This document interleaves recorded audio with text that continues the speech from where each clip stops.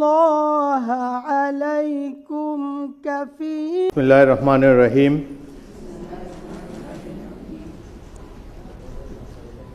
আসসালামু আলাইকুম। আপনাদের সবাইকে আন্তরিক অভিনন্দন ও শুভেচ্ছা। এখন আপনাদেরকে শপথ বাক্য পাঠ করানো হবে। আপনারা অনুগ্রহ করে দাঁড়িয়ে শপথ পাঠ করার জন্য অনুরোধ করছি। আমি সংসদ সদস্য নির্বাচিত হইয়া সশ্রদ্ধ চিত্তে শপথ বা দৃঢ়ভাবে ঘোষণা করিতেছি যে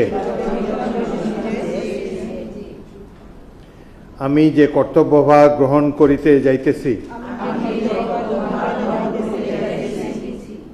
তাহা আইন অনুযায়ী ও বিশ্বস্ততার সহিত পালন করিব। আমি বাংলাদেশের প্রতি অকৃত্রিম বিশ্বাস ও আনুগত্য পোষণ করিব এবং সংসদ সদস্য রূপে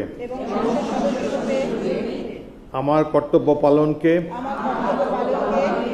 ব্যক্তিগত স্বার্থের দ্বারা